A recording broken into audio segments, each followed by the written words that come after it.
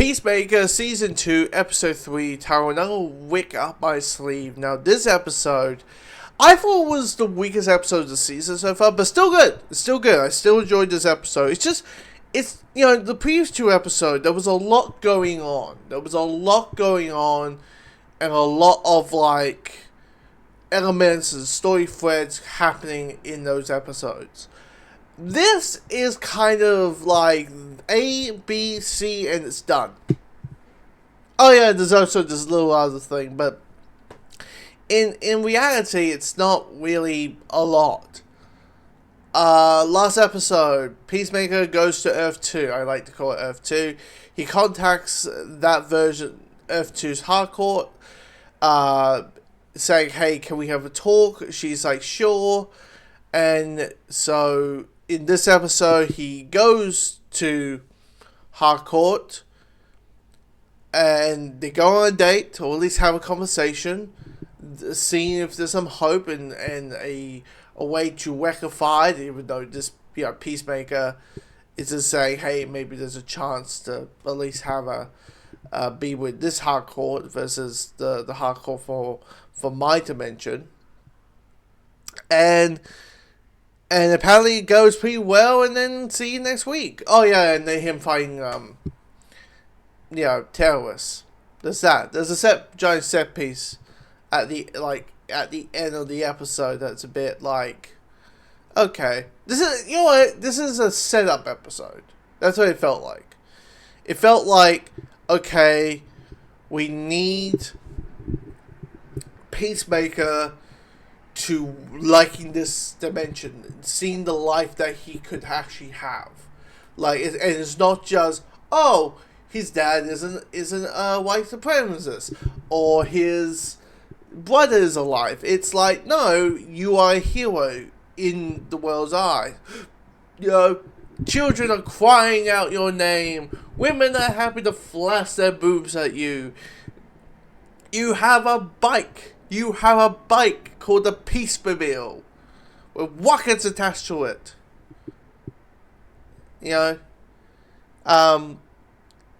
Hardcore, is willing to give you a shot and all that. Everything is going well in this dimension. Everything's going quite well. So clearly it's meant to have us go, okay, now we see the drug. Now we understand why he wants to maybe just stay there. Or that question of, should I stay there? Should I leave this world behind? And, of course, we got another 5 episodes. Wait, we got another 6 episodes. 4, 5, 6, 7, 8. Yeah, we got 6 episodes left. So clearly there's more story to tell. And clearly we're going to have the conflict. We're going to have, that's the thing about stories. It's a roller coaster. Conflict. The mountain, and then it needs to crash down to the bottom, right? And clearly we're going to have Argus of trying to avoid, the Earth 1 Argus trying to avoid Chris Peacemaker to go back to that dimension, to go back to that reality. And of course, that's going to be the good question. The grass is green on the other side type of thing. But it just felt so like, oh, just A, B, and C, and then it's done. I like everything in it. I like even Rick Flag Jr. showing up at, spoiler alert, Rick Flag Jr. showing up. And he's like the jealous co-worker. He's like popping his head out, eyeballing Peacemaker and Hardcore, and be like, yeah, I'm watching you, fella. You stay away from my girl. I mean, technically it's not official, but you stay away from my girl.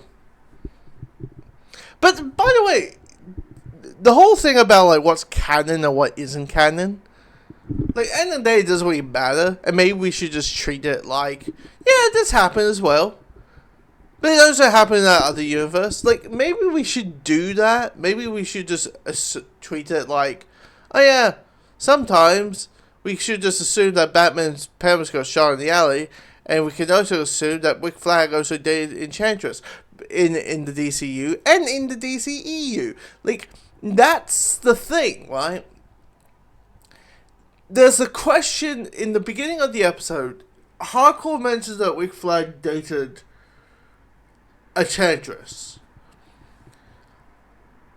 which happened in the first Suicide Squad movie, which is part of the DCEU, which is going to make people question that is that movie canon now? As we keep hearing, it's more like events. It's more like that happened, but not like it's like having a pie or here's a milkshake, but you just put the milk in, but you didn't have all the ingredients. Instead of making a chocolate milk, you're making a banana milkshake, and maybe that's how they drink it. Like the event happened. In both versions, in both versions of a DC universe or a DC cinematic universe, there was Rick Flag dated Enchantress. And maybe that Enchantress, didn't go all bad and did all the stuff that she did in that first Suicide Squad movie, but maybe it's a different side of events. I don't know. It's probably going to make a lot more sense, or it's just a simple thing of they're doing X-Men. James Gunn and Safran are just treating it like what Fox did in X-Men. Continuity, who gives a shit? Maybe that's how they're going to do it. But that Enchantress thing is going to really bug the crap out of people. But I liked this episode. I liked it. I didn't love it. I preferred the first two episodes more than this one, just because there was some more stuff going on. But anyway, comment below. Let me know your thoughts of this episode.